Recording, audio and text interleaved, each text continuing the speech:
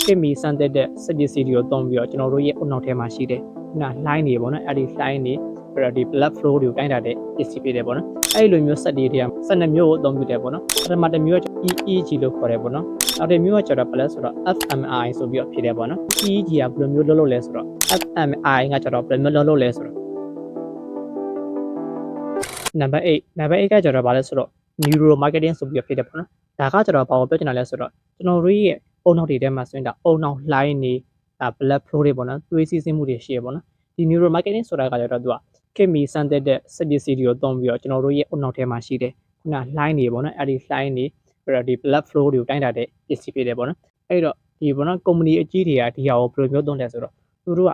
ကြော်ညာတွေရိုက်တာရှိရပေါ့နော်အဲ့ဒီတော့ marketing company တွေကပေါ့နော်အဲ့လိုမျိုးစက်တွေတွေကမှသူက12မျိုးကိုအသုံးပြုတယ်ပေါ့နော်ပထမတစ်မျိုးကကျတော့ဘာလဲဆိုတော့ EEG လို့ခေါ်တယ်ပေါ့နော်နောက်တစ်မျိုးကကျတော့ဘာလဲဆိုတော့ fMRI ဆိုပြီးတော့ဖြစ်တယ်ပေါ့နော်အဲ့တော့ပထမဆုံးဒါ EEG ရဲ့လုပ်ပုံကိုကြည့်ကြည့်အောင်ပေါ့နော်ပထမဆုံး EEG ကဘယ်လိုမျိုးလုပ်လဲဆိုတော့သူကကျွန်တော်တို့ရဲ့အုံနောက်ထဲမှာရှိတဲ့သ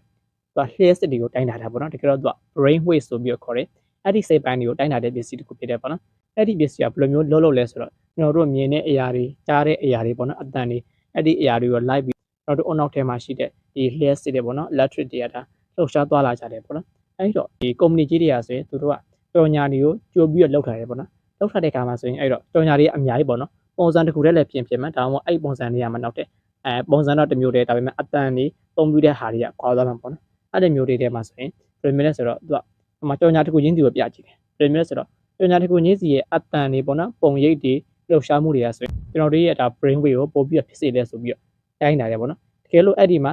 brain wave ကိုပို့ပြီးတော့လှုပ်ရှားမှုဖြစ်စေတယ်ဆိုရင်ဒါကျွန်တော်တို့ပို့ပြီးတော့စိတ်လှုပ်ရှားမှပို့ပြီးတော့ပျော်ရွှင်မှပို့ပြီးတော့ဝယ်ချင်တဲ့စိတ်တွေဖြစ်လာမှာပေါ့နော်အဲ့တော့ company ကြီးတွေကအဲ့လိုမျိုးပစ္စည်းတွေသူတို့ကကြော်ညာတွေကိုရိုက်ပြီးတော့အဲ့ဒီကြော်ညာတွေကိုလူတွေစီကိုမပြန့်ခင်မှာဆိုရင်ဘာလုပ်လဲဆိုတော့အဲ့ဒီပစ္စည်းတွေကိုသူကဒီလိုကောင်းမော်တင်လိုက်တယ်ပေါ့နော်ဒါ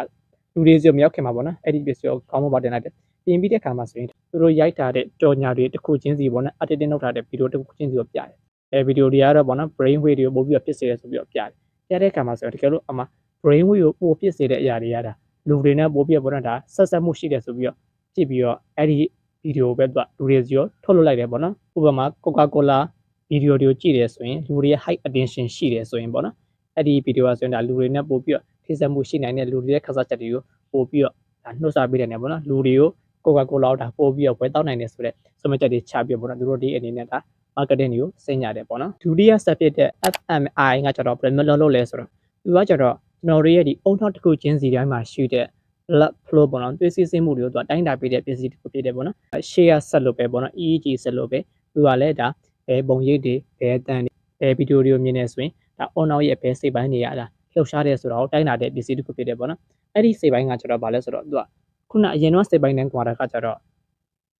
EEG ဆက်ကကျတော့ brain wave ပေါ့နော်ဒီအုံနောက်ထဲမှာရှိတဲ့လျှက်စီး line တွေပေါ့နော်လျှက်စစ် line တွေသူကတိုင်းတာပေးတဲ့ပစ္စည်းဖြစ်တယ် fMRI ဆက်ကကျတော့သူကဘာလဲဆိုတော့အုံနောက်အစိတ်ပိုင်းတစ်ခုချင်းစီမှာရှိတဲ့သူကလှုပ်ရှားမှုတွေကိုတိုင်းတာတာပေါ့နော်နှစ်ခုလုံးမှာတော့တကယ်တော့ပြောမှဆိုရင်ဒါ EEG ကပို့ပြီးတော့ဒါအခြေခံကြတယ်ပေါ့နော်အဲ့တော့